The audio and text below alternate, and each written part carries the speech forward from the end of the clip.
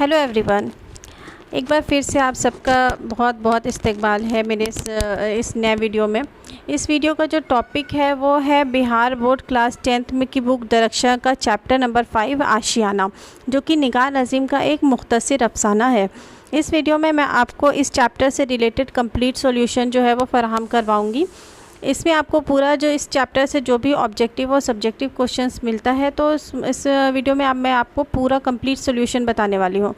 तो इस वीडियो को आप लोग पूरा देखिएगा और अगर पसंद आए तो प्लीज़ लाइक और सब्सक्राइब भी करिएगा मेरे चैनल को। तो आइए हम लोग स्टार्ट करते हैं वीडियो को। तो पहले हम लोग ऑब्जेक्टिव क्वेश्चंस देखते हैं। जो इस वीडियो में मैं जो आपको ऑब्जेक्टिव क्वेश्चंस बताने जा रही हूँ, तो वो दोनों मतलब जो ऑब्जेक्टिव क्वेश्चन होते हैं 1 नंबर का मल्टीपल चॉइस MCQ और जो 2 नंबर का सब्जेक्टिव आता है मुख्तसर सवालात, उसके लिए दोनों के लिए ये जो ऑब्जेक्टिव क्वेश्चंस हैं वो आपको काम आएंगे। क्योंकि MCQ में होता है वो एक वर्ड में है और जो सब्जेक्टिव 2 नंबर का पूछा जाता है वो आपको एक सेंटेंस में लिखना होता है। तो आइए हम लोग स्टार्ट करते हैं वीडियो को। पहले हम लोग ऑब्जेक्टिव देखते हैं जो 1 नंबर और 2 नंबर दोनों के लिए इम्पॉर्टेंट है। पहला सवाल है, निगार अज़ीम का असल नाम क्या है? आंसर है मलका महर निगार। दूसरा क्वेश्चन है, निगार अज़ीम ने किस किस मौजू में MA किया? आंसर है उर्दू, ड्राइंग और पेंटिंग। क्वेश्चन नंबर 3 है, निगार अज़ीम ने PhD की डिग्री कहाँ से हासिल की? आंसर है जामिया मिल्लिया इस्लामिया दिल्ली, यानी कि दिल्ली के जामिया कॉलेज से इन्होंने अपनी PhD की डिग्री हासिल की। क्वेश्चन नंबर 4 है, निगार अज़ीम का पहला अफसानवी मजमुआ कौन सा है और वो कब शाया हुआ, यानी कब छपा? शाया मतलब छपा। इसका जवाब है अक्स, जो कि 1990 में शाया हुआ। नेक्स्ट क्वेश्चन है, निगार अज़ीम के सफ़रनामे का नाम क्या है? इसका आंसर है गर्द आवारगी।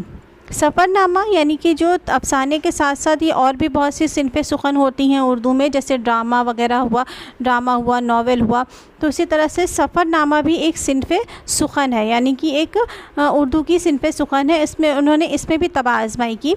तो इनका जो सफ़रनामा है वो है गर्द आवारगी। क्वेश्चन नंबर 6 है, सिराज, इरफाना, बरकत अली सिद्दीकी और ज़रीना किस अफसाने के किरदार हैं?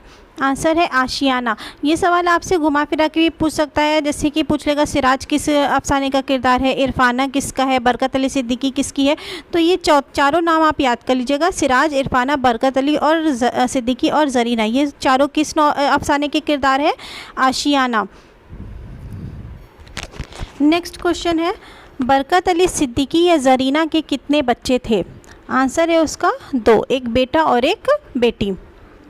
अगला सवाल है सवाल नंबर 8, अफसाना आशियाना का किरदार सिराज मुलाजमत कहाँ करता था, यानी कि वो काम कहाँ, किस शहर में वो रहता था? आंसर है बेंगलोर में। क्वेश्चन नंबर 9 है, सिराज की बीबी इरफाना किस बात की ज़िद करती थी? इसका जवाब है ख़ुद मुलाजमत करने की, यानी कि सिराज और उसकी बीबी इरफाना में अक्सर इस बात को लेकर बहस होती थी, क्योंकि इरफाना जो है वो भी मुलाजमत यानी कि जॉब करना चाहती थी। क्वेश्चन नंबर 10 है, बेंगलोर में सिराज का फ्लैट किस मंजिल पर था? आंसर है 7वीं मंजिल पर। क्वेश्चन नंबर 11 है, अफसाना आशियाना किस तरह का अफसाना है, यानी कि वो किस टाइप का है? आंसर है इसका नफ्सियाती, यानी कि साइकोलॉजिकली ड्रामा है। क्वेश्चन नंबर 12 है, निगार अज़ीम का कलमी नाम क्या था, यानी कि वो किस नाम से वो जो है थी वो लिखती थी? इसका आंसर है निगार अज़ीम। इनका असली नाम क्या था? इनका असली नाम था मलका महर निगार, लेकिन वो निगार अज़ीम इन्होंने अपना नाम रखा था, जो जिससे वो अपना किताबें वगैरह या कलमी किताबें वगैरह लिखती थी। जैसे शायर लोग तखल्लुस रखते हैं, उसी तरह से इन्होंने अपना नाम रखा था निगार अज़ीम। क्वेश्चन नंबर 13 है, निगार अज़ीम ने अपने अफसाने के किस नुक्ता को मौजू बनाया, यानी कि किस टॉपिक पे, नुक्ता मतलब किस टॉपिक पे उन्होंने अपने अफसाने लिखे हैं? आंसर है ख्वातीन के जज्बात व एहसासात को, यानी कि ख्वातीन के जज्बात और एहसासात को मौजू बना करके इन्होंने अपने अफसाने जो हैं वो लिखे हैं। अगला सवाल है, बरकत अली सिद्दीकी की बीवी या सिराज की अम्मी का क्या नाम था? इसका आंसर है ज़रीना। क्वेश्चन नंबर 15 है, थक गया हूँ आराम करते करते, ये जुमला किसका है? जवाब है बरकत अली सिद्दीकी। क्वेश्चन नंबर 16 है, अफसाना आशियाना के 3 किरदारों के नाम लिखें। आंसर है सिराज, इरफाना, बरकत अली और ज़रीना भी इसी अफसाने का किरदार है। क्वेश्चन नंबर 17 है, सिन्फ़ अफसाना की 2 मशहूर खुसूसियात बताएं। यानी कि अफसाना के बारे में इसमें बताना है, अफसाना की तारीफ़, उसकी कोई 2 ऐसी तारीफ़ बताएं। अगला सवाल है, सिन्फ़ अफसाना की 2 मशहूर खुसूसियात बताएं। यानी कि कोई 2 इसका अफसाने के बारे में कोई 2 लाइन लिखनी है। पहला है, ये कहानी की वो शक्ल है जो एक ही निशिस्त में पढ़ी जा सकती है। यानी कि एक ही पार्ट में होती है, मतलब एक ही पार्ट में ये पूरा कहानी ख़त्म हो जाती है, एक ही किस्त होती है इसकी, निशिस्त मतलब किस्त। दूसरा है, अफसाना में ज़िंदगी के एक पहलू के हादसे को पेश किया जाता है। जैसे कि और ड्रामे नॉवेल वगैरह में होता है कंप्लीट पूरी ज़िंदगी की एक तर्जुमानी की जाती है, इसमें नहीं, इसमें ज़िंदगी के किसी एक पहलू को ही जो है वो पेश किया जा सकता है। तो इसकी 2 तारीफ़ें हैं, ये कहानी की वो शक्ल है जो एक ही निशिस्त में यानी कि एक ही पार्ट में होती है। दूसरा है, अफसाने में ज़िंदगी के किसी एक पहलू को या हादसे को पेश किया जा सकता है, इसमें ज़िंदगी का कोई एक पहलू ही उजागर किया जाता है। अब नेक्स्ट को सवाल नंबर 18, निगार अज़ीम के अव्वलीन अफसानवी मजमूए का नाम बताइए। यानी कि इनकी जो पहली अफसानों की किताब थी उसका नाम पूछा है, उसका नाम है गहन। निगार अज़ीम का मजमुआ गहन कब शाया हुआ? 1975 में। यानी इनका पहली जो अफसानों की किताब थी उसका नाम था गहन, और वो कब शाया हुआ? 1975 में। तो ये ऑब्जेक्टिव क्वेश्चंस थे, इसको आप अच्छे से तैयार कर लीजिए। इसके बाहर से अब तक तो नहीं, मतलब मैंने जो स्टडी किया है इसमें से आप लोगों को फंसता है। आप लोग बेफिक्र होकर के इसको अच्छे से अगर तैयार कर लेते हैं तो आपको इस चैप्टर से अगर कहीं से भी पूछ लेता है तो आप इसको आंसर कर सकते हैं। तो आइए अब हम लोग सब्जेक्टिव क्वेश्चंस देखते हैं। तो जो 2 नंबर के सब्जेक्टिव मुख्तसर आते हैं उसके लिए जो मैंने ऑब्जेक्टिव बताया है उसको ही आप तैयार कर लीजिएगा। उसी में से लगभग ऑब्जेक्टिव उसी में से आपको सब्जेक्टिव 2 नंबर के क्वेश्चंस भी उसी में से आते हैं। अब हम आते हैं सब्जेक्टिव क्वेश्चंस में जो 5 नंबर के होते हैं। जो 5 नंबर के क्वेश्चंस आते हैं उसको हम लोग देखते हैं कि वो पहले भी मैंने अपने वीडियोज़ में बताया है कि वो किस तरह से पूछे जाते हैं। या तो आपके ऊपर शायर या नस्र निगार जो होता है, जैसे ये अफसाना निगार अज़ीम के ऊपर कोई क्वेश्चन पूछा जाएगा, या तो जो ये चैप्टर है उसके बारे में कोई क्वेश्चन पूछा जाएगा। और साथ ही साथ ये भी देखा गया है कि सिन्फ़ अफसाना पर भी कभी कभी क्वेश्चन जो है वो पूछा जा सकता है कि अफसाने की तारीफ़ बताइए या उसका इर्तिक़ा बताइए। तो इस वीडियो में मैं आपको तीनों तरह से क्वेश्चन बताने वाली हूँ, इसको अच्छे से आप लोग मेमोराइज़ कर लीजिएगा या नोट कर लीजिएगा। तो आइए स्टार्ट करते हैं। पहला क्वेश्चन हम लोग देखते हैं कि निगार अज़ीम की शख्सियत पर या उनके अफसानवी खुसूसियात पर कैसे भी आपको क्वेश्चन पूछा जाता है तो आपको इसमें निगार अज़ीम के बारे में लिख देना है। कैसे, आइए देखते हैं आंसर। निगार अज़ीम की शख्सियत का शुमार उर्दू के अहम तरीन अफसाना निगारों में होता है। उन्होंने अपने अफसानों में मौजूदा दौर के उभरते हुए मसाइल को पेश किया है। यानी कि आज के वक्त में जो मसाइल एक मिडिल क्लास फैमिली के सामने आते हैं उसको उन्होंने पेश किया है। और उन्होंने अपने अफसानों के ज़रिए ख़्वातीन के जज्बात व एहसासात की बुनियादी मसाइल को सामने लाया है। यानी कि उन्होंने अपने अफसानों का जो मेन टॉपिक है या मौजू है उसमें उन्होंने ख़्वातीन के जो एहसासात और जज्बात होते हैं, जैसे ज़रीना, इस जो अफसाने में है ज़रीना, या फिर सिराज की बीबी इरफाना है, वो क्या चाहती हैं, कैसे रहना चाहती हैं, उसके बारे में आप जब ये अफसाना पढ़ेंगे तो आपको पता चलेगा। तो उन्होंने उनके जो एहसासात और जज्बात हैं उन पर ज़्यादा ज़ोर दिया है, जिससे आज की औरत को मौजूदा समाज में जीने का हौसला मिलता है। उन्होंने आज की औरतों के जो जज्बात होते हैं उनको अपने अफसानों में जो है वो उभारने की कोशिश की है। निगार अज़ीम का शुमार उर्दू की अहम तरीन खातून अफसाना निगारों में होता है। उनके अफसानों में से समाज की कमज़ोरी और अपनापन दोनों ज़ाहिर होता है। यानी कि उन्होंने आज के समाज की जो कमज़ोरियां हैं उनको और उनका जो अपनापन है या उनकी जो खूबियां हैं उसको दोनों को ही एक तरह से अपने अफसानों में पेश करने की कोशिश की है। तो आपको बस इतना सा लिख देना है एक पैराग्राफ, तो आपको अच्छे से 5 नंबर पूरा मिल जाए।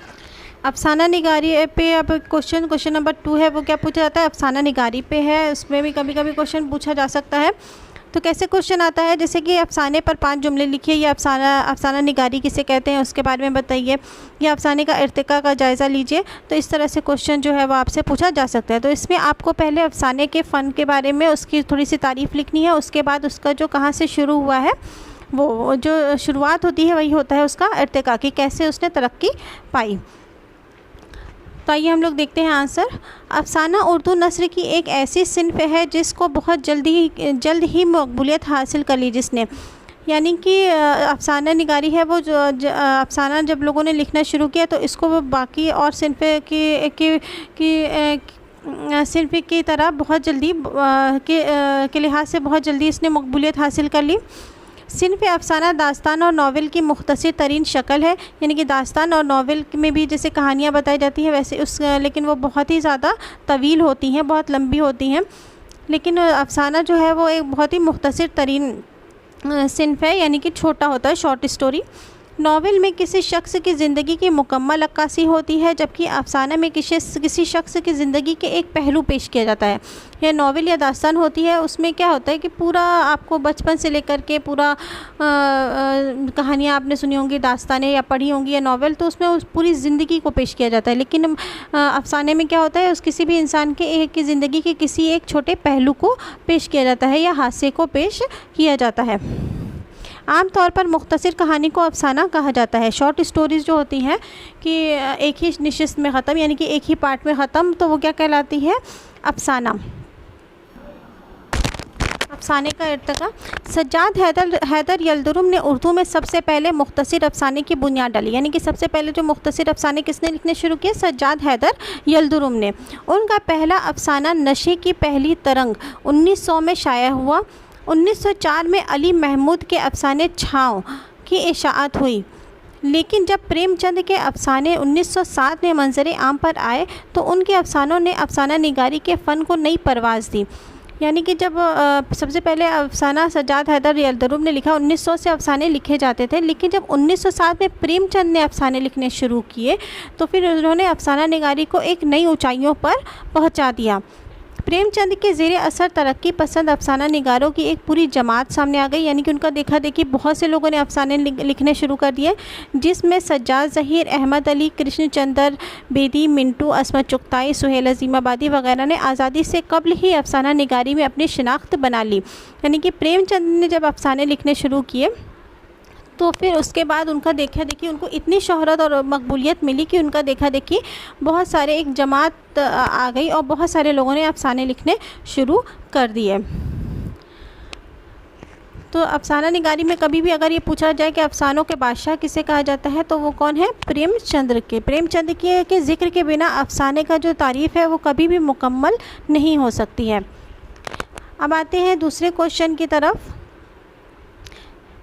एक क्वेश्चन पूछा जाता है इसमें, अफसाना आशियाना के अहम किरदारों के नाम बताइए। यानी कि आशियाना अफसाने में जो अहम किरदार हैं वो कौन कौन से हैं। इसका आंसर है बरकत अली, ज़रीना, सिराज और इरफाना। बरकत अली सिद्दीकी, उनकी बीबी ज़रीना, उनका बेटा सिराज और सिराज की बीबी इरफाना।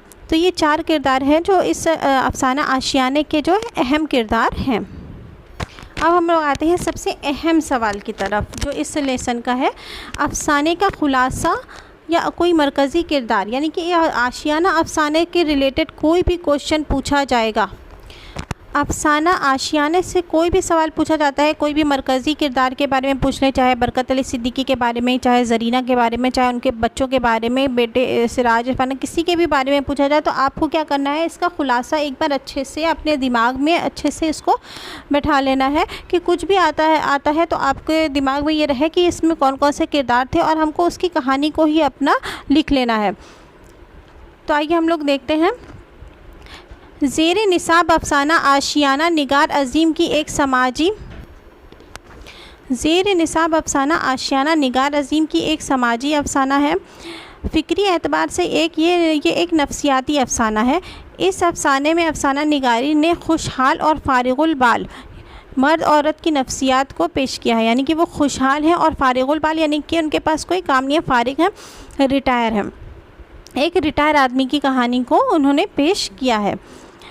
ये कहानी दरअसल बरकत अली सिद्दीकी और उनकी बीवी ज़रीना की खुशहाल ज़िंदगी का मसला है, जिनकी ज़िंदगी में बज़ाहिर कोई मसला ही नहीं है। यानी कि ये जो कहानी है वो बरकत अली सिद्दीकी और ज़रीना की कहानी है। इसमें इनकी एक बहुत खुशहाल ज़िंदगी है और यही उनकी जो है वो सबसे बड़ी प्रॉब्लम है कि उनके पास कोई काम नहीं है, जो अपने आप में एक मसला बन चुका है। यानी कि उनकी खुशहाली ही एक अपने आप में एक मसला, उनके फारिगुल बाल हैं, तो इसलिए वही उनका एक मसला बन चुका है। बरकत अली रिटायर होकर खुशहाल ज़िंदगी गुजार रहे हैं। बरकत अली का बेटा दूसरे शहर में आला दर्जे की मुलाजमत कर रहा है और वहीं रहता है। वहाँ अपने वालिदैन को भी साथ रहने के लिए बुलवा लेता है। बेटे के यहाँ बरकत अली और उनकी बीवी को हर तरह का आराम मैसर है, लेकिन उनके पास कोई मशगूलियत नहीं है। यानी कि उनके पास करने के लिए इतना आराम के लिए इतना फ़ारिग वक्त है, वो इनको इतना आराम से रख रहा है कि उनके पास करने के लिए कोई काम नहीं है। इसलिए दोनों मियाँ बीवी के लिए बेकारी एक बड़ा मसला बन गई है। यानी कि वो लोग बैठे बैठे जो हैं वो अब एकदम परेशान हो चुके हैं कि उनके पास कोई काम नहीं है। अभी खाली वक्त की वजह से अपने मसरूफ़ियत का दौर मतलब इसी खाली वक्त की वजह से उन्हें अपनी मसरूफ़ियत का दौर, अपना घर, अपने काम, अपने पड़ोसी वगैरह याद आने लगते हैं। यानी कि जो इतना खाली वक्त है वो बैठे बैठे फिर यही सोचते हैं जो उनका पुराना गुज़रा हुआ ज़माना था, जिसमें वो कैसे काम करते थे, उनके पड़ोसी कितने अच्छे थे, कैसे वो उनके साथ रहती थी, या उनकी बीवी अपने मर्ज़ी से अपने काम करती थी, क्या घर के काम है सब उन लोग की मर्ज़ी से जो होता था। तो वो सब उन लोगों को क्या है, बैठे बैठे बेकारी में उनको याद आने लगते हैं। अपनी मेहनत से बनाया अपना आशियाना याद आता है और वो लोग वापस लौटने का इरादा कर लेते हैं। इसीलिए इस कहानी का नाम आशियाना है कि जो अपनी मेहनत से उन्होंने अपना घर बनाया था, जहाँ वो हमेशा से रहते थे, तो वो उनको याद आने लगता है कि हम लोग वहाँ पे, वो हमारे पड़ोसी, हमारा काम, हमारा सब कुछ, और वो कहते हैं कि चलो अब वापस चलते हैं अपने घर और हम लोग वहीं रहेंगे अपने लोगों के बीच में, क्योंकि बड़े शहरों का जो एक बंद माहौल था वो उन लोगों को पसंद नहीं आता है। वो फारिग माहौल उन लोगों को पसंद नहीं आया था। उनको अपने लोगों की, अपने घर की, अपने आशियाने की याद आने लगती थी। इसीलिए इस कहानी का नाम जो है वो आशियाना रखा गया है। तो आप लोगों को ये वीडियो कैसा लगा मुझे ज़रूर कमेंट में बताइएगा। और अगर आप लोगों को मेरा पढ़ाना पसंद आ रहा है या मेरे नोट्स पसंद आते हैं तो प्लीज़ मेरे चैनल को लाइक और सब्सक्राइब करिए। और क्योंकि इतने मुख्तसर वक्त में शायद ऐसा कोई पॉइंट होता है जो मैं आप लोगों को कवर नहीं कर पा रही हूँ, तो आप लोग बिला झिझक मुझे कमेंट सेक्शन में जा कर के मुझे इस टॉपिक से रिलेटेड अगर कोई भी सवालात आप लोग करना चाहें तो बिल्कुल कर सकते हैं। मैं उसका जवाब देने की पूरी कोशिश करूँगी। तो आप लोग को ये वीडियो कैसा लगा तो ज़रूर बताइएगा और मेरे चैनल को लाइक और सब्सक्राइब ज़रूर कीजिएगा। Okay, thank you.